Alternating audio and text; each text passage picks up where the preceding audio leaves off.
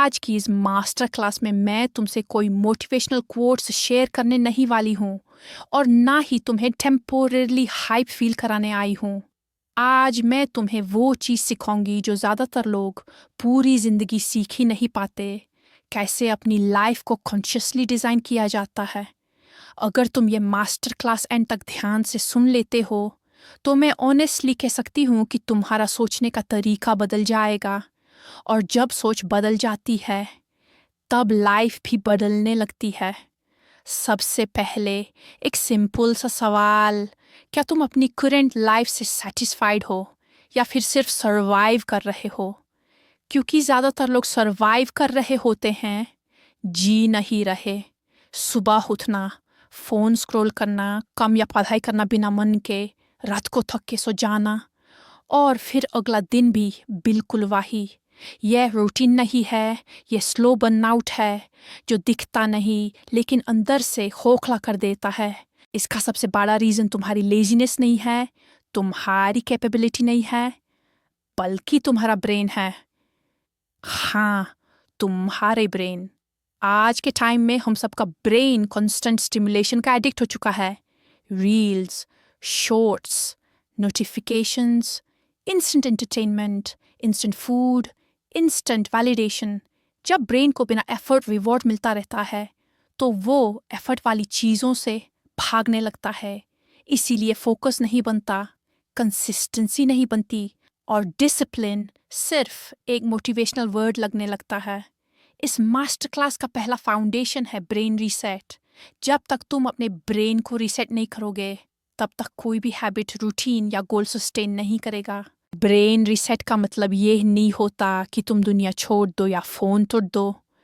Brain reset का मतलब होता है कॉन्शियसली चीप डोपामिन को कम करना, सुबह उठते ही फ़ोन उठाना बैंड करना, बिना वजह के रील्स और शॉर्ट्स कट करना, रात को सोने से पहले स्क्रीन टाइम रिड्यूस करना।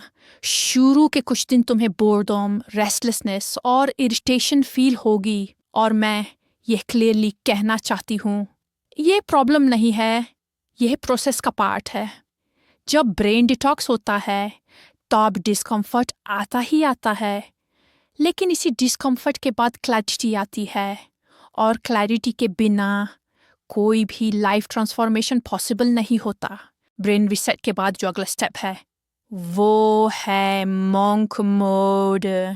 मॉन्क मोड का मतलब ये नहीं होता कि तुम सबसे कट ऑफ हो जाओ।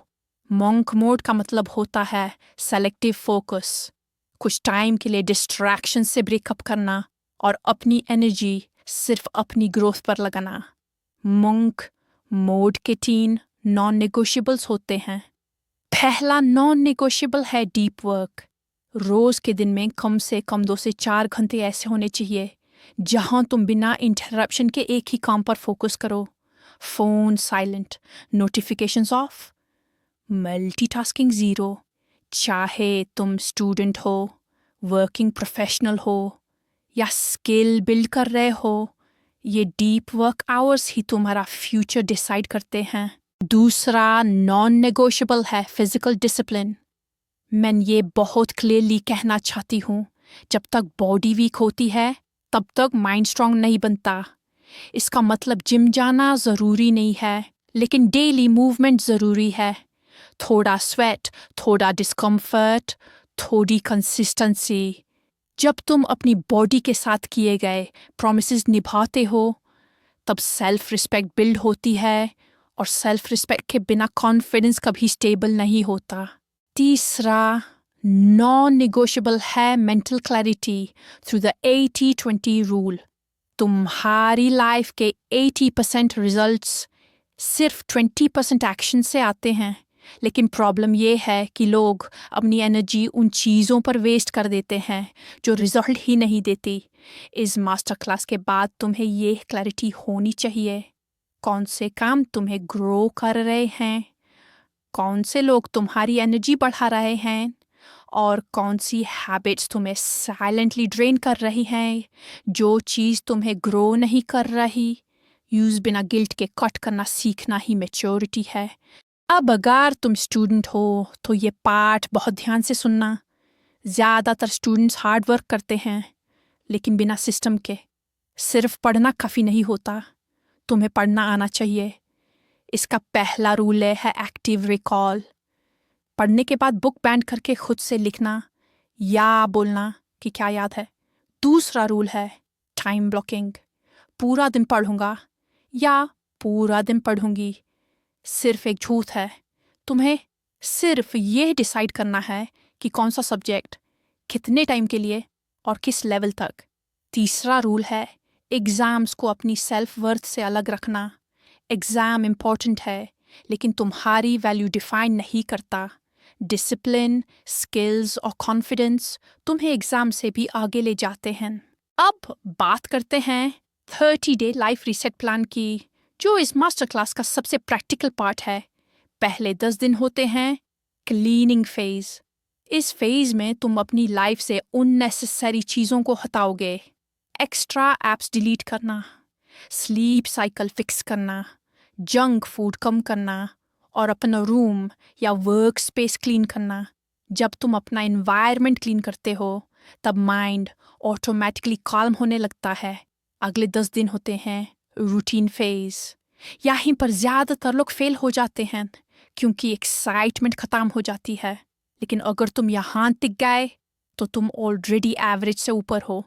Fixed wake up time, fixed deep work slots और डेली मूवमेंट, बस इतना ही फॉलो करना होता है।